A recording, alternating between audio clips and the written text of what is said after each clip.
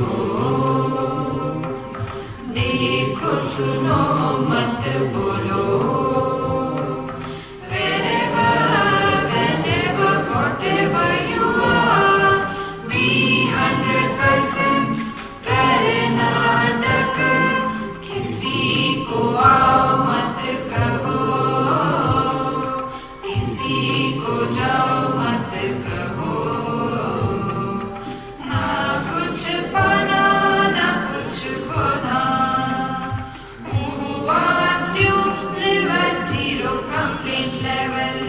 मौज में रहो, be happy।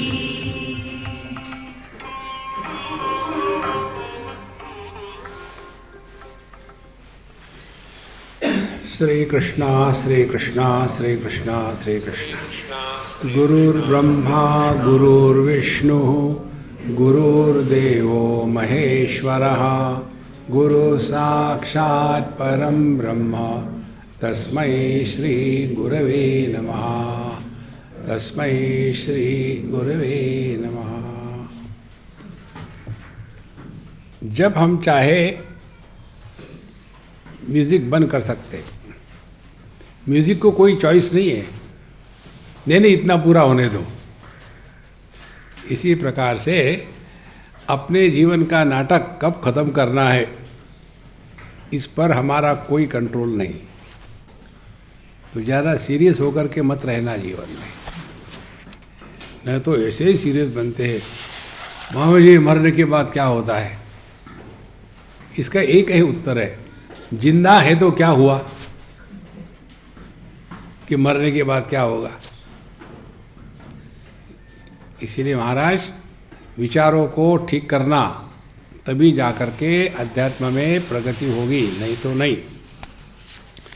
हम पढ़ेंगे, हमारे बाद पढ़ो, आपको आता हो तो। ओम तेजो बिंदु परम ध्यानम विश्वात्म हृदि संस्थितम आणवं शाम्भवं शांतम स्थूल सूक्ष्म परम च यत दुःखाढ्यं च दुराराध्यं दुष्प्रेक्ष्यं मुक्तमव्ययं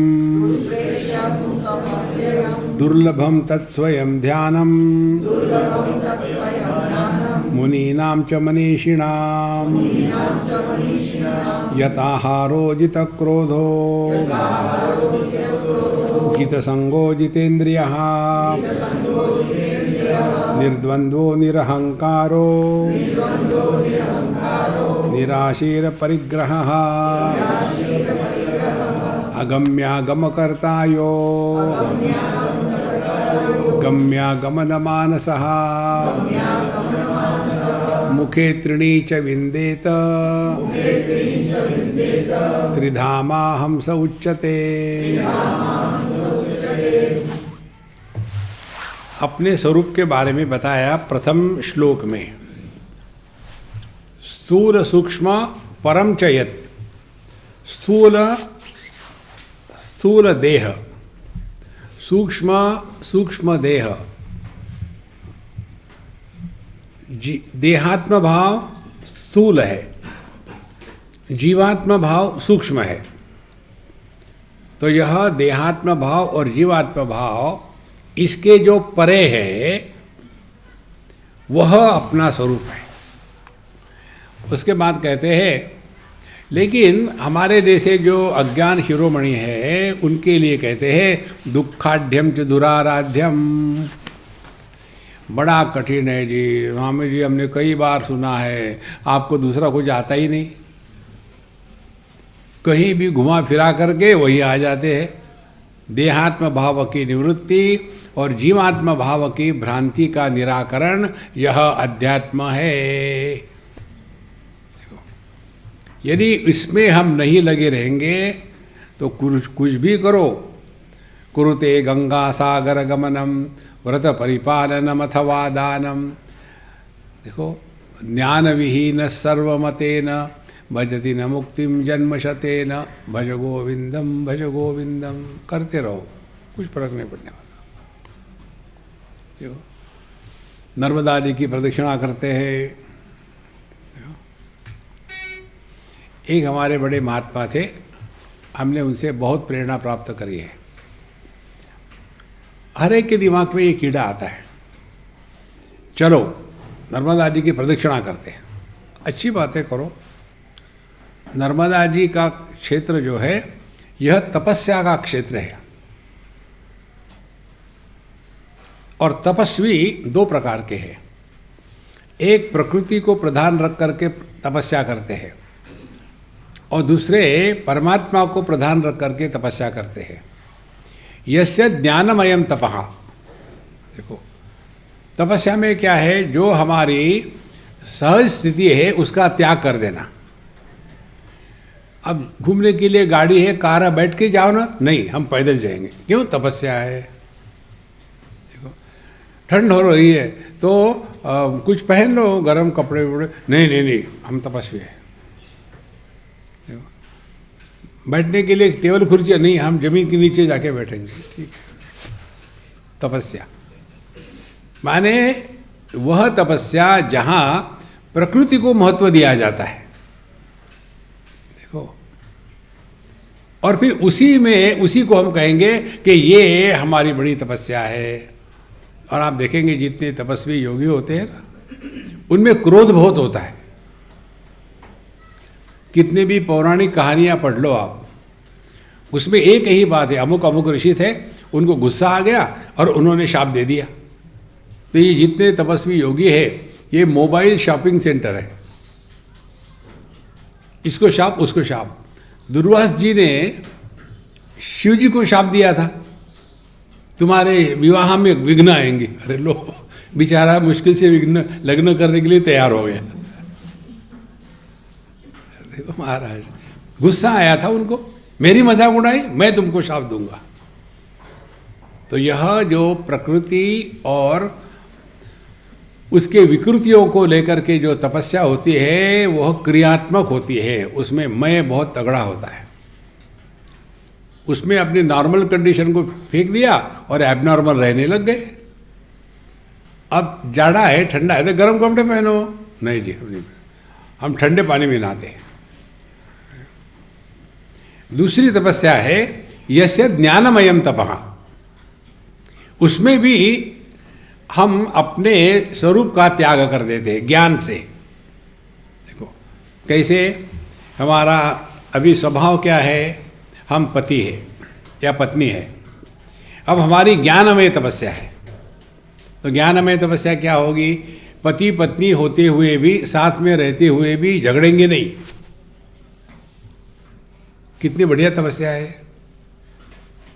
और यदि ये प्रकृति की तपस्या होगी तो मैं खाना नहीं खाऊंगी, कब तक, जब तक मर्जी है। देखो मैं भी नहीं खाऊंगा, मैं बाहर चला जाता हूँ, वो बाहर जाके खाता है घर पे। देखो किसको बेवकूफ बना रहे। देखो महाराज, तो यह जो तपस्या बताई है, देहात्म भाव की निवृत्ति और जीवात्म भाव की निवृत्ति, ये हर एक के लिए संभव नहीं है, क्योंकि हम लोग दुखाढ़, दुख को इन्वोक करना, इसी को साधना मान लेते हैं।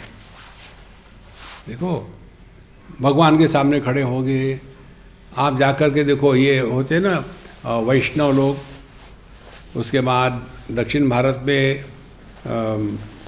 अयंगार, या आप श्रीनाथ जी में चले जाओ, या ये पुष्टि मार्गी, कष्टि मार्गी, इनके बाद चले जाओ, देखते रहेंगे, नाक साफ कर लो, यही उनको पास होता है। और आप किसी भी वस्तु की तरफ एकाग्रता से देखो तो पानी आएगा ही। उनको लगता है कि प्रेम प्रेम प्रेम कुछ नहीं है।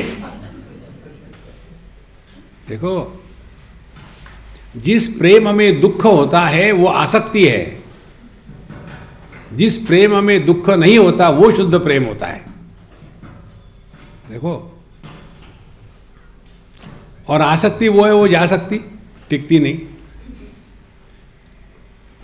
ये बात हम आपको ऐसे बताते हैं कि एक जगह हम कहीं थे, एक गुजराती फैमिलीज दक्षिण में केरला में, तो सुबह हमको 4 बजे चाय पीने की आदत है। तो वो बोले कि स्वामी जी हम आपको दे देंगे चाय सुबह। नहीं बोला, मैं बनाने नहीं, मैं दे दूँगी, मैं भी तो अपने लड़के को देती हूँ ना, उसकी परीक्षा है तो मैं आपको भी दे दूँ। ठीक है, दे दिया चाय। फ्री थोड़ी मिलती है चाय। प्रश्न,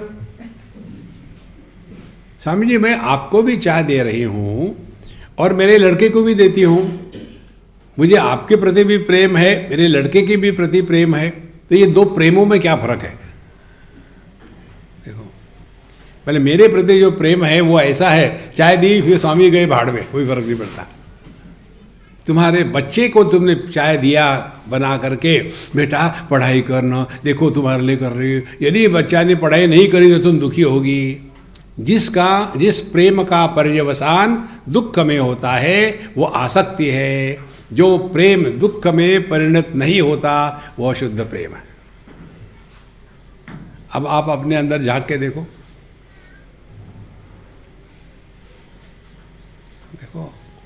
अंग्रेज लोग हमको पूछते हैं, आप लोगों के यहाँ जब शादी होती है तो लड़की क्यों रोती है शादी के बाद जाने के लिए, लड़का क्यों नहीं रोता? हमने कहा उन्होंने बंटवारा कर लिया है। क्या बंटवारा है? लड़की केवल एक ही दिन रोती है, बाकी पूरी जिंदगी भर वो लड़का रोता है। देखो महाराज, ज़्यादा फंसो मत इस दुनिया में, दूर रहो। दुखाढ़्यम दुराराध्यम, इसको जीवन में उतारना बड़ा कठिन है अज्ञानियों के लिए। दुष्प्रेक्षम, समझ में भी नहीं आएगा, प्रैक्टिस भी करना संभव नहीं है। असल में मुक्त है, इसमें कोई परेशानी नहीं। अव्ययम ज्यों का त्यों है। दुर्लभम, लेकिन ये बड़ा कठिन है सामान्य व्यक्ति के लिए। तत्स्वयं ध्यानम मुनि नाम च मनीषिणाम, लेकिन यह जो ज्ञानी पुरुष है, मुनि है, उनके लिए तो बिल्कुल आसान है। इतना आसान है कि प्रयत्न शैथिल्य अनंत समापत्तिभ्याम, ये जो मंत्र सूत्र है पतंजलि महर्षि का, बहुत महत्व का है। हमारे जीवन में जितनी प्रयत्न की शिथिलता आएगी उतने हम नॉर्मल होते हैं। जो ऊंचे सुनने वाले हैं उनको बहुत प्रयत्न करके सुनना पड़ता है और इसीलिए थक जाते हैं। फिर थकने के बाद टाइम क्यों वेस्ट करें, सो जाओ। देखो बाकी लोग नहीं थक रहे क्योंकि उनकी सुनने की क्षमता नॉर्मल है। इसीलिए हम थकते इसलिए कि हम प्रयत्न करते हैं। प्रयत्न मत करो, बी योरसेल्फ। हमारे प्रयत्न 2 प्रकार के होते हैं।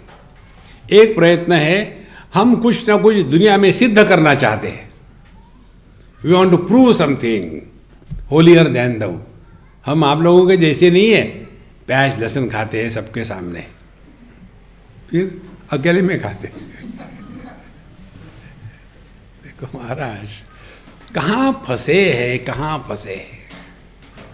हमको जगत में किसी के सामने भी कुछ भी सिद्ध नहीं करना। देखो लाल को लाल करो, पीला को पीला कहो तो कोई झंझट नहीं है, लेकिन लाल को पीला सिद्ध करने का प्रयत्न करो और उल्टा करो तो परेशानी परेशानी है। इसीलिए तत्स्वयं सिद्धम ध्यानम, यह सहज बात है ज्ञानियों के लिए, मनीषिणाम जो चिंतनशील है।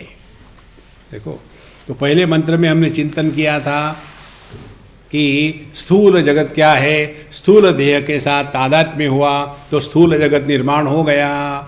ये सृष्टि कहाँ है? सृष्टि प्रारंभ होती है अपने देहात्म भाव से। देखो सृष्टि कब तक रहती है? जब तक के देहात्म भाव है तब तक। तो सृष्टि क्या है? सृष्टि अपना देह है। देखो एक बार हमारे बम्बई में एक गुजराती के यहाँ हम गए खाने के लिए, तो वहाँ एक बूढ़ा थी, कोमा में थी। हमारा नाटक पूरा हो गया। 2 दिन के बाद वो मिलने को आए, बोले महाराज जी आपकी कृपा से भगवान ने उसको उठा लिया। देखो हमारी कृपा से क्या क्या हो सकता है। हमको उसका दुख नहीं देखा जाता था। कोमा में पड़ी थी 6 महीने से। हमने कहा महाराज आप पब्लिक को बेवकूफ़ बनाओ और अपने को बनाओ, मुझे मत बनाओ। न क्यों? मैं बेवकूफ़ हूँ ऑलरेडी, मुझे क्या बनाओगे? आप कैसे बेवकूफ़ है? आपके जैसे ऐसे मैं बात करता हूँ। फिर हमने उनको कहा देखो, जो व्यक्ति कोमा में होता है ना, उसके लिए दुनिया नहीं होती, उसको दुख भी नहीं होता। दुख होता है जिसको बिल पे करना होता है, उसको दुख होता है। जहां देहात्म भाव नहीं वहां दुनिया नहीं। यदि ये अब इसको कोई चॉइस है क्या? हमको ऐसा ही है ये, और हम ये करते भी हैं सब कुछ। सोते हैं माने क्या करते हैं? सोते हैं माने हम अपने देहात्म भाव का त्याग करते हैं, लेकिन फिर भी रहते हैं ना। तो हम देह के कारण हम हैं कि हमारे कारण देह है? चिंतन करने की बात बताते हो, चिंतन मत बताओ, कुछ जादू टोना करो। देखो जितनी समस्या है केवल अपूर्ण विचारों की समस्या है। विचार पूरा करो, फिर आप देखेंगे कि समस्या कहीं है ही नहीं। इसीलिए कहते हैं यहाँ कि दुर्लभम तत्स्वयं ध्यानम मुनि नाम च मनीषिणाम। अब ये जो ज्ञानी पुरुष है जिनको ये बड़ा सहजता से होता है, उनके लक्षण क्या है? अब उनके लक्षण बताते हैं 3 श्लोक में। यताहारो जित क्रोधो जित संगो जितेन्द्रिय निर्द्वंद्वो निरहंकारो निराशीर परिग्रह। अब ये हम लोगों को साधना करनी है। पहली बार यताहारो, यथा आहार माने खाना, यत माने कंट्रोल्ड। कई लोगों को आपने देखा होगा हर बार खा के उठने के बाद एक ही वाक्य कहते हैं, आज जरा ज्यादा ही हो गया। रोज का चक्कर ये है। जितना खा सकते हैं उससे आधा खाओ। लेकिन कैसे पता चलेगा आधा हुआ कि नहीं हुआ? हमारी समस्या का कोई अंत है क्या? देखो, माने जब तक के पेट में भूख बनी रहती है तब तक ठीक है। यदि अंदर से बायोलॉजिकल ओंकार आ गया, बायोलॉजिकल ओंकार को डकार कहते हैं। देखो इतना मत खाओ कि अब कुछ जाता ही नहीं अंदर, नहीं। इसीलिए पहली बात ये हो गई कि हमको अपने पेट में इतना ही खाना है कि थोड़ी जगह खाली रहे। आप लोगों ने हवन हुवन किया होगा, उसमें कई बार जब मालूम नहीं होता तो हवन इतना डाल देते हैं सामग्री कि वो अग्नि बुझ जाती है।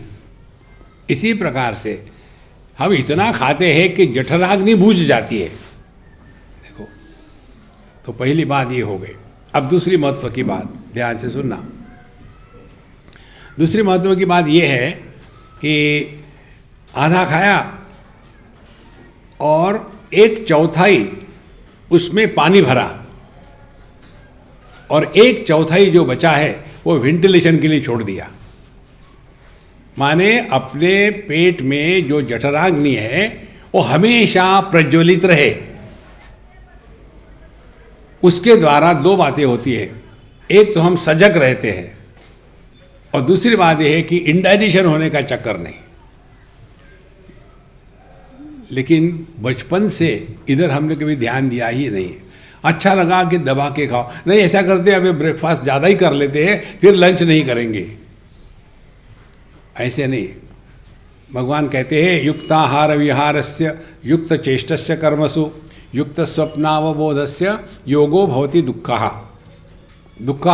दुःख की हानि करने वाला क्या है वो? युक्त आहार विहार। खाते तो खाते ही रहते, बोलते तो बोलते ही रहते, चुप तो चुप ही रहते। ऐसा एक्सट्रीमिज्म मत करना। दिन में 3 बार खाओ 3 बार थोड़ा थोड़ा खाओ, तो अग्नि प्रज्वलित रहेगी और ट्रैफिक जैम नहीं होगा।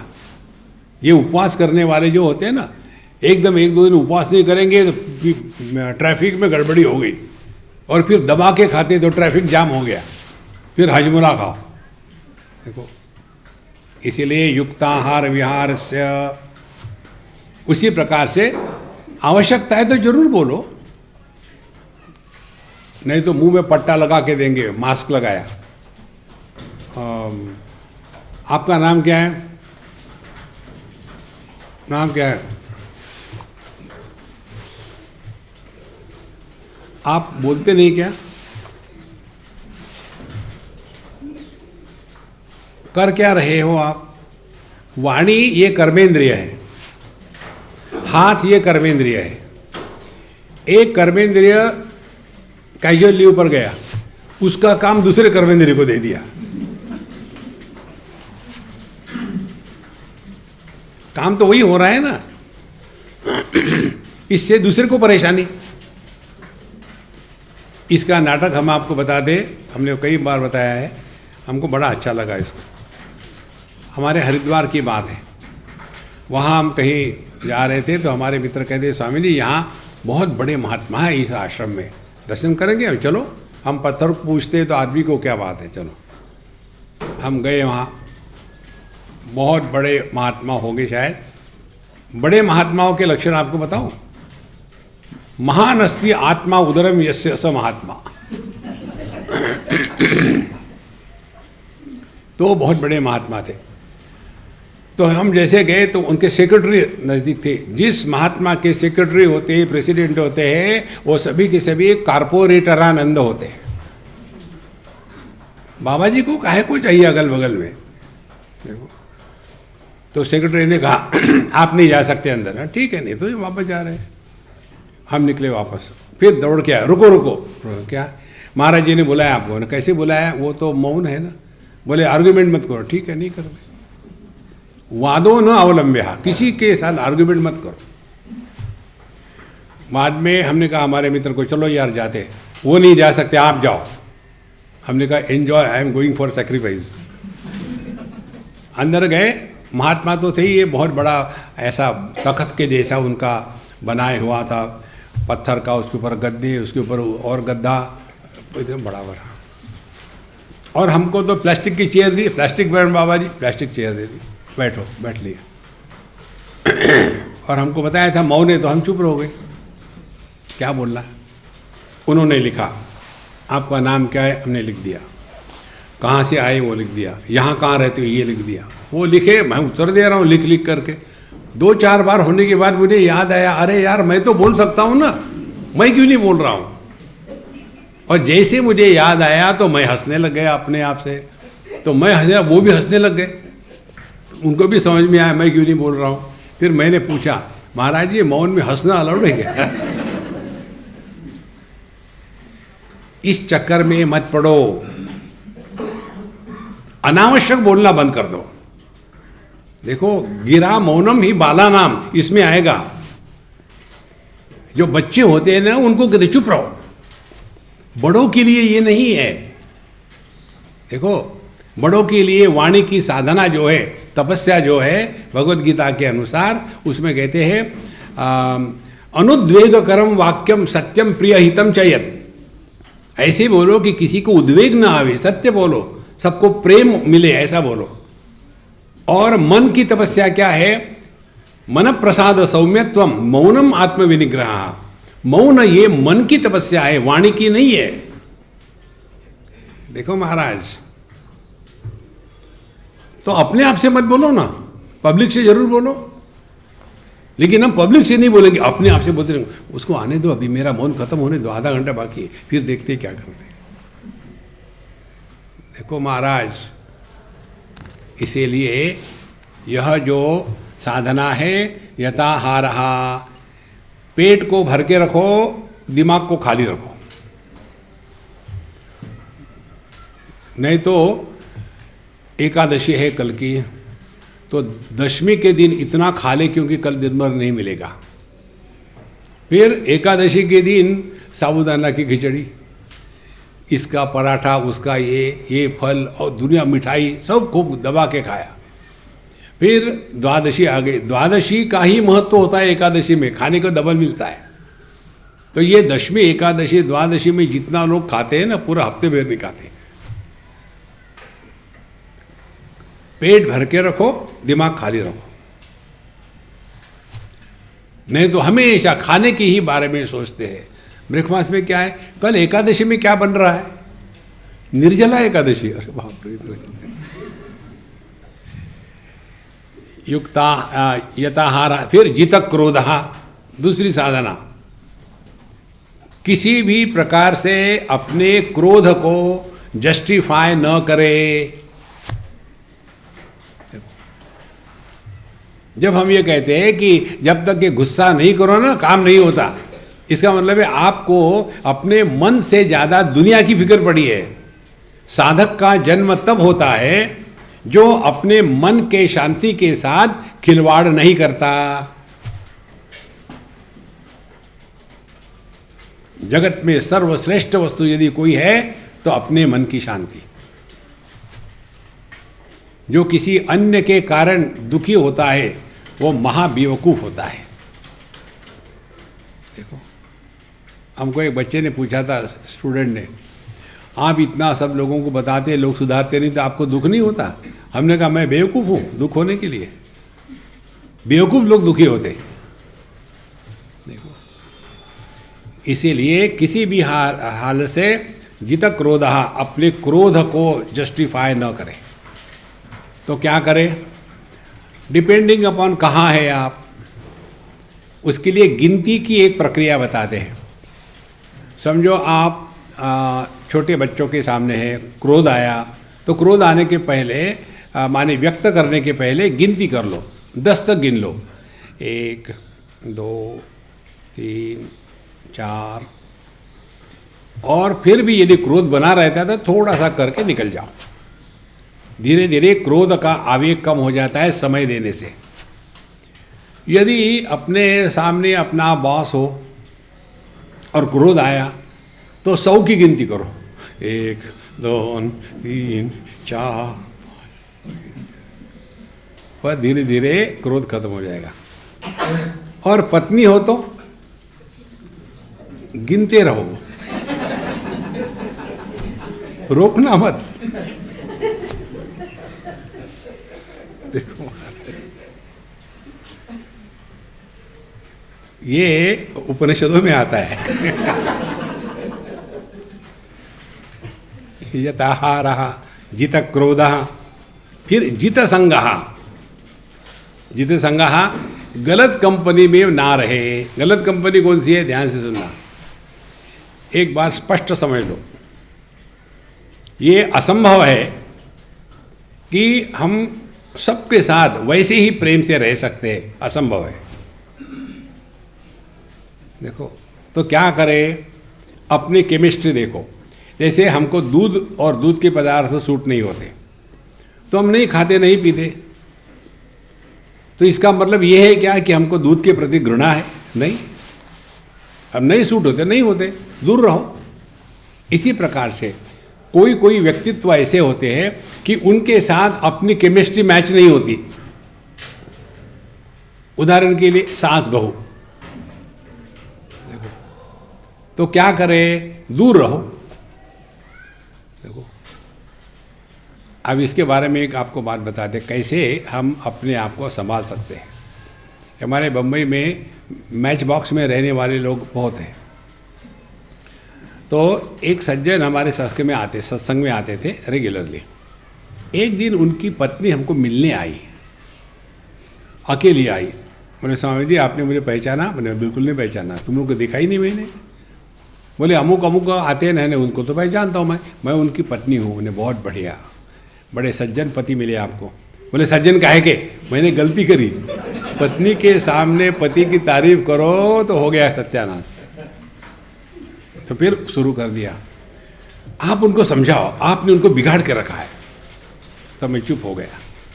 फिर कहती है, उनकी जो माँ है, मैंने आपकी कोई लगती है क्या? बोले, हाँ सास लगती है। ठीक है। हमारा छोटा सा मकान, सामने का कमरा 10 बाय 10 का, पीछे 8x6 का, इतना ही हमारा मकान है। हमें पीछे के कमरे में मैं, मेरा पति और मेरा लड़का तीनों रहते हैं। वही खाना बनाना, खाना, सोना, बाथरूम सब वही है। टॉयलेट के लिए सिर्फ बाहर जाते हैं। और सामने का बड़ा कमरा है 10x10 का, वो उसमें अकेली बुढ़ाऊ रहती है, किसी को आने नहीं देती। हम परेशान हो गए, क्या करें, छोड़ के चले जाओ, दूसरी जगह ले लो मकान, क्या बात है। बोले नहीं, वो नहीं कर सकते। क्यों? बोले वो जब मरेगी तो फिर हमारे पास आएगा ये मकान, यदि हम चले जाएंगे तो फिर किसी और को दे देगी वो। तो फिर मैंने कहा कि ऐसे करो, मैं एक टेक्निक बताता हूँ, करना आपको पड़ेगा। क्या? उसको मार डालो।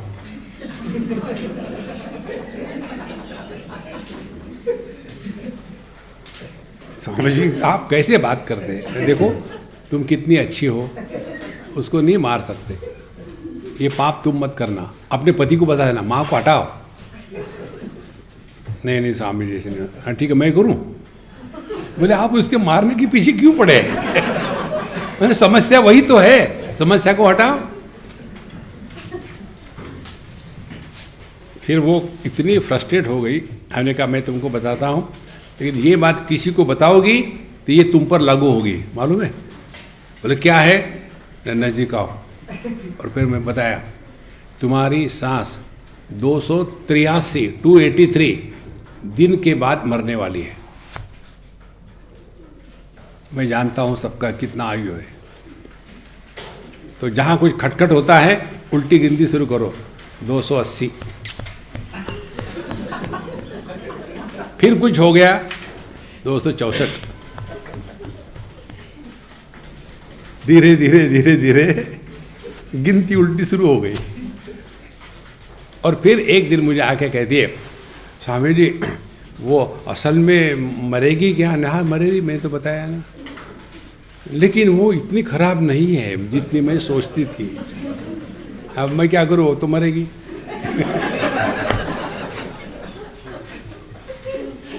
मैं क्यों, खराब क्यों नहीं है?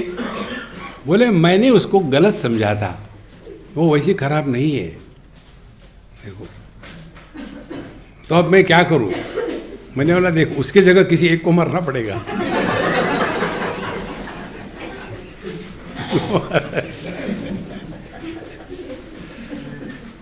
अभी तो बहुत कम दिन बचे। हमने कहा अम्मा तुम्हारे मन में उसके प्रति प्रेम जागृत हो गया ना? हाँ। तो अब मैं तुमको एक आशीर्वाद देता हूँ। देखो तुम जा कर के उसके पैर छुओ और प्यार से उसको माँ कहो।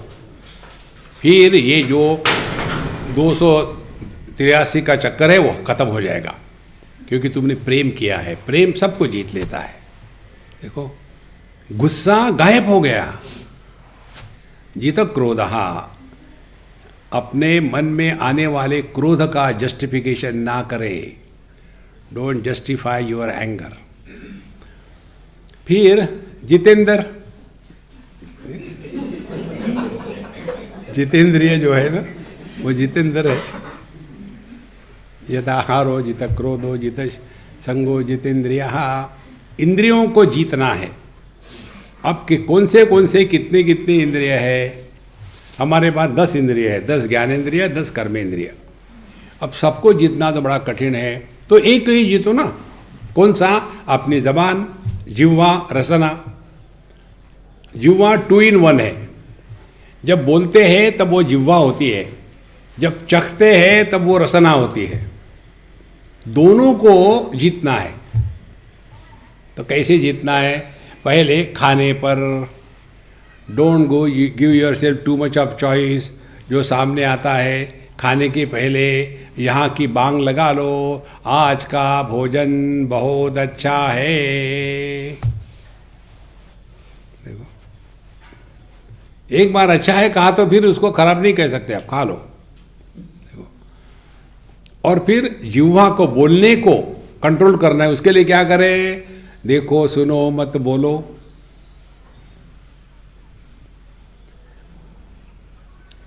इंद्रियों से, ज्ञानेंद्रियों से विषय ग्रहण होते हैं, आँखों से रूप ग्रहण होते हैं और कानों से शब्द ग्रहण होते हैं। देखो सुनो। इन दोनों पर रिएक्शन होती है वाणी से, मन से। देखो, और वहीं से संसार शुरू होता है। तो जितेंद्रिय का अभ्यास करना है तो इस मंत्र को पूरा शब्द के अर्थ सहित हृदय में उतारो। हमको किसी पर कोई टीका टिप्पणी नहीं, ये अच्छा है वो बुरा है ये आवश्यक, कोई ज़रूरत नहीं। इसीलिए आपने देखा होगा, आप तो सभी प्रोफेशनल सत्संगी हो, कई महात्माओं को सुन के रख दिया होगा। तो कई ये शिविरों में होता है ना कि फिर अपने अपने ग्रुप बनाओ, 10-10 का, 5-5 का, और फिर आप चिंतन करो। काहे का चिंतन है? तुम कहाँ से आए, मैं कहाँ से, मैं भी देख लूँगा, अभी समझ क्या रखा है। हम वहाँ गए थे ना, वहाँ तो एकदम ध्यान लगाते थे, यहाँ तो ध्यान लगाते ही नहीं है, पता नहीं कैसे है यार। और वहाँ तो इतने गंभीर होकर के रहते कि कोई मर गया कि नहीं है अभी, और यहाँ हा हा हू हो रहा है, पता नहीं क्या हो वहाँ हो चल रहा है। देखो महाराज, इसीलिए बहुत सिंपल साधना है। किसी के बारे में कुछ पूछो मत। हमको भी पूछते हैं लोग, इसी से हमने सीखा है। स्वामी जी आप कहाँ के हो, आप कहाँ पैदा हुए, कब पैदा हुए, क्यों पैदा हुए? अरे नॉर्मल थी कि सिजेरियन थी? किसी के भी बारे में कुछ भी पूछने की आवश्यकता नहीं, और किसी को भी अपने बारे में बोलने की आवश्यकता नहीं। ये दो चीजों को पकड़ो आप सहजता से मौन रहने लगोगे। देखो, कई बार अब ये सब लोग मुंह में पट्टा लगा के आते हैं ना। अभी हमारे गोवा की बात है, एक बूढ़ी अम्मा, क्रिश्चियन है वो, पिछले कई साल से हमको सुनती है, बहुत ही सिंसियर है और हमको अपने बच्चे के जैसे मानती। बूढ़ी है वो, सत्संग में आई थी। अब सबके सब मुंह पे पट्टे लगाए बैठे हुए। मैं जब लेक्चर से बाहर निकला तो आके कहती है, मुझे पहचाना? ऐसे नहीं। और मैं चला गया, उसको रोना आ गया, स्वामी जी मुझे पहचाना नहीं। अरे कार्टून को कौन पहचान सकता है कि किसका कार्टून है? फिर मैंने फ़ोन किया, हमने कहा मामा मुझे माफ़ करना, क्षमा करना, मैंने आपको पहचाना नहीं। नहीं नहीं नहीं, आप कैसे मेरी गलती थी, मैंने मुंह में पट्टा लगाया तो कैसे देखेंगे आप? देखो, इसीलिए किसी के बारे में ना कुछ पूछो ना किसी को बताओ। हम लोग ध्यान से सुनना, जब अन्य से बात करते हैं तो अपने भूतकाल की करते हैं और उसके भूतकाल की पूछते हैं अन्य के साथ। और जब हम अपने आप से बात करते हैं तो अपने भविष्य की बात करते हैं या अन्य के भविष्य की बात करते हैं। बेटा बड़ा होके क्या करोगे? तुमने क्या किया बाबूजी? कुछ नहीं, हम वैसे ही।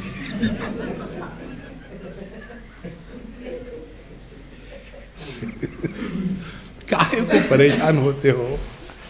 अपने मौज में रहो ना दुनिया की।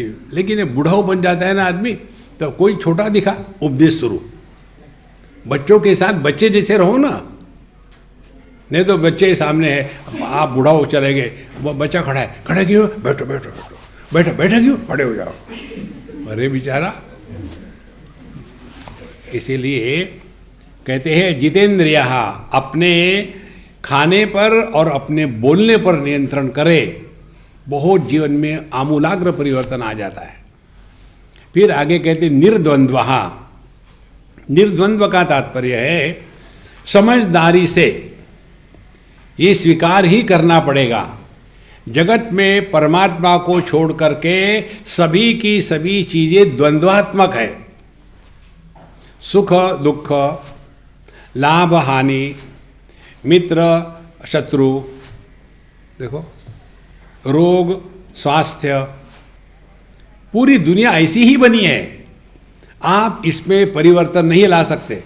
दिन रात, गर्मी ठंडक, ऐसी दुनिया है। तो कर क्या सकते? स्वीकार करो। हम करते हैं स्वीकार, लेकिन दो प्रकार के चॉइस है, एक्सेप्ट चेयरफुली, एक्सेप्ट मिजरेबली। तो जो जो हमने अपने को ट्रेनिंग दिया है उसके अनुसार चलते रहो। इसीलिए निर्द्वंद्व। ये दुनिया ऐसी ही थी, तो क्या करें? उसको सह लो। हमारे भगवान कृष्ण कहते हैं मात्रा स्पर्शास्तु कौन्तेय शीतोष्ण सुख दुःखदा आगमा अपायिना अनित्यान्तान तितिक्षस्व भारत।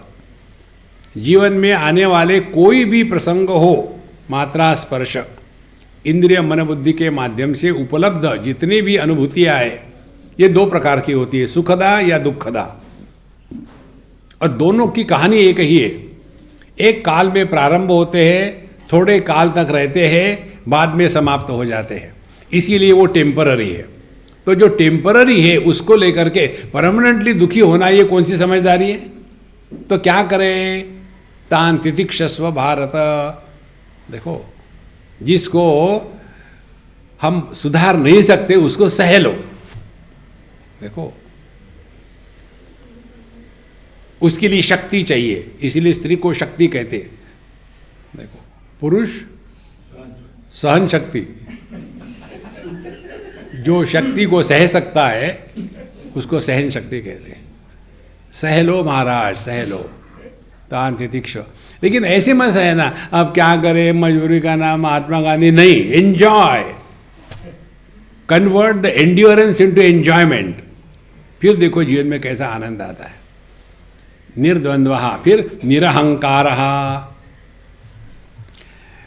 अहंकार ये एक ऐसी मक्खी है जिसको कहते हैं मस्का डोमेस्टिका। जो अपने घर में रहने वाली मक्खियाँ होती है ना, उसको मस्का डोमेस्टिका कहते हैं। ऐसी मक्खी है कि उसको विवेक नहीं है कहाँ जाके बैठना है। भगवान का प्रसाद होगी उस पर जाके बैठेगी, बच्चे ने गड़बड़ कर दी होगी उस पर जाके बैठेगी, कोई विवेक नहीं है। इसी प्रकार से हमारे इस अहंकार को कोई विवेक नहीं है। आदमी को गुस्सा आता है, उसका भी अहंकार है, मुझे जब गुस्सा आता है ना, और ये कोई अच्छी बात है। देखो, इसीलिए महाराज, less of I and more of we. हमेशा मैंने ये किया, मैंने वो किया, मैंने ऐसा किया, मैंने वैसा किया। इससे बचने के लिए एक टेक्निक है, व्याकरण की टेक्निक है। दो प्रकार के वाक्य होते हैं, संस्कृत में जिसको कर्तरी और कर्मणि प्रयोग कहते हैं, अंग्रेजी में जिसको एक्टिव और पैसिव वॉइस कहते हैं, हिंदी में मुझे मालूम नहीं। तो जैसे मैंने काम किया, इस वाक्य में मैं महत्व का है, काम गौण हो गया, ये काम हो गया, इसमें काम महत्व का है, किसने किया ये महत्व का नहीं है। इसी प्रकार से अपने जीवन में अभिव्यक्ति में यह कर्मणि प्रयोग या पैसिव वॉइस का जितना ज़्यादा प्रयोग होगा, उतना धीरे धीरे मैंने ये किया, मैंने वो किया, मैंने ऐसा किया, अरे बहुत हो गया मैं। बहुत बड़ी बात है। तो निरहंकार, फिर निराशी ही। निराशी ही इसका मतलब नहीं कि होपलेस है क्या, निराश हो, नहीं। निराशी माने किसी से कोई अपेक्षा नहीं। जहाँ अपेक्षा नहीं होती वहाँ उपेक्षा नहीं होती। देखो, हमने इतना किया बच्चों के लिए, 9 महीने पेट में पाला, कमर में बांध के रखती, पेट में पाला। एक बात समझ लो संतो, बच्चों को माँ बाप की आवश्यकता नहीं। जब शादी होती है, 1 साल हो गया, 2 हो गए, 4 हो गए, 3 हो गए, और बच्चा नहीं हो रहा, तो फिर शुरू कर जाते यहाँ से वहाँ दौड़ो, ये करो वो करो। तो किसको ज़रूरत है? माँ बाप को ज़रूरत है बच्चे की, बच्चों को माँ बाप की ज़रूरत नहीं है। उतारो ये आप अपने गले में। फिर हम जो भी कुछ कर रहे हैं बच्चों के लिए, आपकी ज़रूरत है, करो। लेकिन कितना अहंकार होता है, इसी दिन के लिए तुमको बड़ा किया था, हाँ इसी दिन के लिए आ गया। अब इस चिंतन करो महाराज, बच्चों को बड़ा करने के लिए माँ बाप को क्या करना पड़ता है? सुबह उठ करके वो जो होता है ना साइकिल में हवा भरने का पंप, अरे कल मैं भूल गई, इतना ही रह गया। देखो महाराज, मूर्खता की पराकाष्ठा है। आपके जीवन में कभी भी उपेक्षा नहीं आएगी, निराशी। 5 साल की उम्र तक बच्चों से खूब लाड प्यार कर लो। 6 से लेकर के 13 साल तक डिसिप्लिन सिखाओ, वैल्यूज़। 13 से 19 साल तक प्रेरणा दो, सीरियल वाली प्रेरणा नहीं, प्रेरणा दो। और जहाँ लड़का 19 साल का हो गया, माने आपने नया जूता खरीदा और आप पहन के जाने वाले थे, देखा आपका जूता गायब, कहाँ गया मेरा जूता? तुम्हारा पुत्र पहन के गया होगा। जिस दिन आपका जूता और उसका जूते का नंबर 1 हो गया, उस दिन के बाद वो आपका मित्र है। लेकिन अपने हिंदुस्तानी माँ बाप, एक 90 साल की दादी माँ, मैं उनके पास गया, कंप्लेन कर रही थी, स्वामी जी मेरे बच्चों को समझाओ, मानते नहीं मेरी बात। मैंने बुलाया एक को, मैं डांटता हूँ सबको, बुलाया। आज काजू आजू भाजू आ गए। बड़ा लड़का जो था वो रिटायर्ड ब्रिगेडियर था।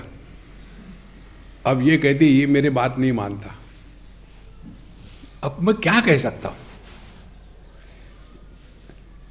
जब कोई बच्चा पैदा होता है ना, तो केवल बच्चा नहीं पैदा होता, बच्चा पैदा होता है, माँ पैदा होती है, पिता पैदा होते हैं, दादा दादी, नाना नानी, मामा माँ, इतने सारे पूरा कस्बा का कस्बा पैदा हो जाता है। उसमें केवल बच्चा बड़ा होता है, बाकी वैसे के वैसे रहते हैं। माँ बाप कभी बड़े नहीं होते, वो बच्चे की तरफ ऐसे ही देखते हैं कि देखो तुम जब छोटे थे ना तो मेरी उंगली पकड़ के चलते थे, अब तुम देखो ना अपने अलग से चलते हो। ठीक है मम्मी, ला पकड़ दो मम्मी। अच्छा दिखेगा क्या? आपका 40 साल का लड़का लड़की आपकी उंगली पकड़ के चल रहा है, मम्मी मम्मी मुझे वो चॉकलेट दो ना, अच्छा लगेगा? Let them learn to take decisions. ज़्यादा फंसो मत किसी के साथ। आप यहाँ केवल अपने उद्धार के लिए आए हो, बाकी कोई मतलब नहीं। निराशी और अपरिग्रह, अपरिग्रह ये बहुत महत्व की साधना है, ये यम साधना में आती है। अपरिग्रह माने वस्तुओं को इकट्ठा करना, ये धंधा बंद कर दो। कितनी सारे वस्तुओं का संग्रह करके हम रखते हैं। ये जो स्वभाव बन जाता है व्यक्ति का, बाहर की चीज़ों को इकट्ठा करके रखने का, ये स्वभाव बाहर नहीं रहता, ये अंदर भी चला जाता है। और अंदर में फिर हम अपनी स्मृतियाँ इकट्ठी करके रखते हैं। जहाँ भी गए एक व्हाट्सएप ले लिया, और फिर ने क्या सेल्फी ले लिया, फिर इसको भेज उसको भेज रख दिया। क्या करोगे ये सब कचरे का? देखो, don't create memories, live in the utter present. जहां हूं, जब हूं, जो हूं, 100%। Whenever you are happy, you don't think. When you think, you are not happy. देखो, try to think and be happy. Okay, मुझे अभी खुश होना है। You cannot. देखो महाराज, अपरिग्रह। और फिर वही पुरानी बातें शुरू हो जाती है कि जब हम लोग छोटे थे ना, उन दिनों में हम लोग कैसे बढ़िया पेड़ पर चढ़ते थे और फिर गिल्ली डंडा खेलते थे। आजकल के बच्चे पता नहीं कैसे हैं, फिर क्या करेंगे, ये बुढ़ाओ लोग बच्चों को सिखाना शुरू करेंगे। एक बच्चा कमरे में बैठ करके वो अपना डिजिटल गेम कर रहा था। दादा आ गए, दिन भर घर में बैठे, बाहर जाके खेलो। वो उठ के गया, बाहर बैठा।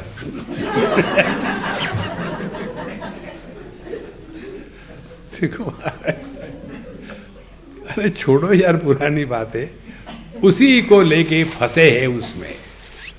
क्योंकि ये संग्रह वृत्ति जो है, दो चीज़ों को हमने यदि संवार लिया तो हम में और परमात्मा में कोई फर्क नहीं।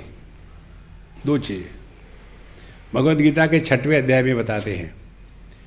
शीत उष्ण सुख दुखेषु जितात्मनः। जीवन हमारे जीवन में दुनिया आती है द्वंद्वों के रूप में। केवल सुख नहीं होगा, दुख भी होगा। केवल गर्मी नहीं होगी, ठंडक भी होगी। केवल बारिश नहीं होगा, धूप भी होगी। केवल दुश्मन नहीं होगे, दोस्त भी होंगे। दुनिया ऐसी ही बनी है। यदि ये आपने स्वीकार कर लिया है तो जितात्मनः, आपका मन जो है दुनिया के द्वंद्वों के द्वारा प्रभावित होना कम हो जाएगा। थोड़े गम है, थोड़ी खुशियाँ, ये जीवन है। 50% रियलाइज हो गया और बाकी जो 50% बचा है वो है मानापमानयो प्रशांतस्य। तो दुनिया आती है द्वंद्व के रूप में और व्यक्ति हमारे जीवन में आते हैं मान अपमान के रूप में। कोई हमको आदर देता है, कोई हमको अनादर देता है। तो जहाँ मान अपमान इसका प्रभाव हम पर होना शून्य हो गया। माने किसी ने अच्छा कहा तो फुदकने की जरूरत नहीं, किसी ने बुरा कहा तो रोने की जरूरत नहीं। जो आज आपको अच्छा कहते हैं कल वही बुरा कहेंगे, जो आज बुरा कहते हैं वही अच्छा कहेंगे। ये दुनिया ऐसी ही है, ऐसी ही रहेगी। तो क्या करें? अपने मन को शांत रखें। प्रशांतस्य, प्रशांति क्या है? जो आदर के द्वारा बढ़ती नहीं और जो अपमान के द्वारा घटती नहीं, उस शांति को प्रशांत कहते हैं।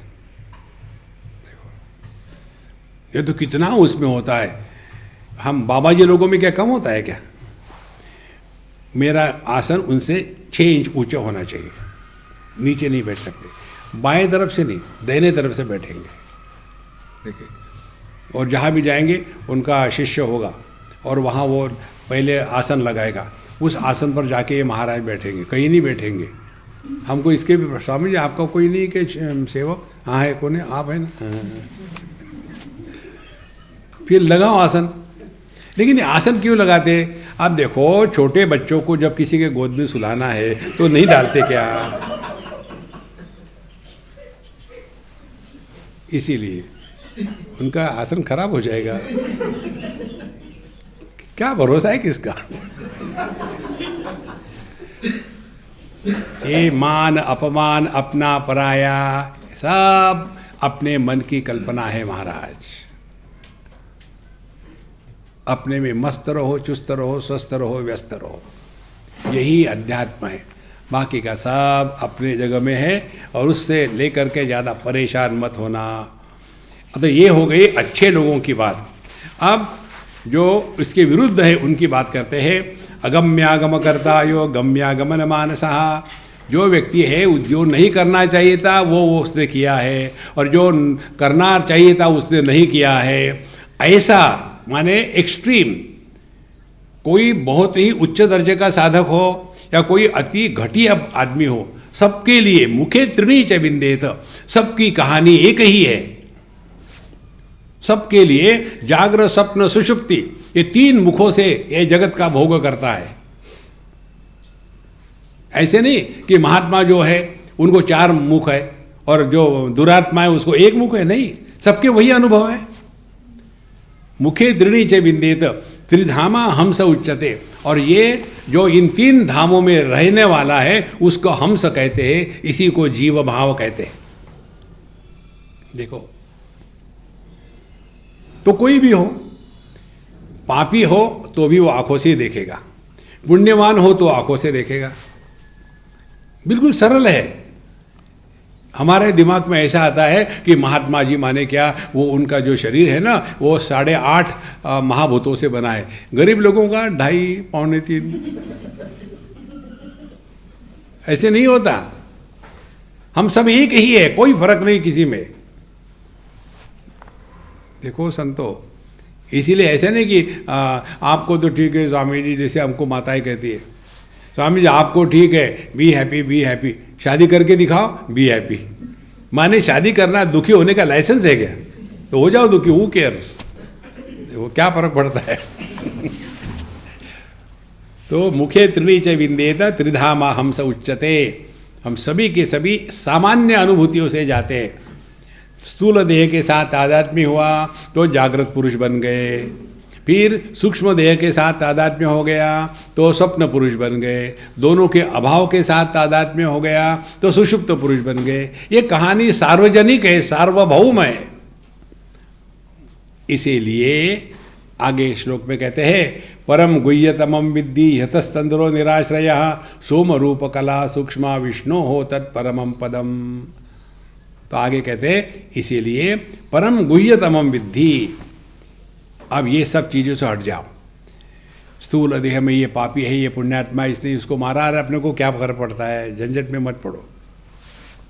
हमको पूछते हैं कई लोग, स्वामी जी आपको ये पॉलिटिशियन लोगों को लेकर के आपको क्या लगता है? मैंने कोई लगता ही नहीं, क्या लगना है? देखो सुनो मत बोलो, बस।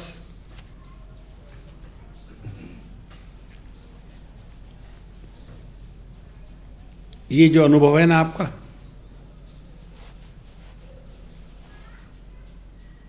ये परमात्मा का ट्रेलर है।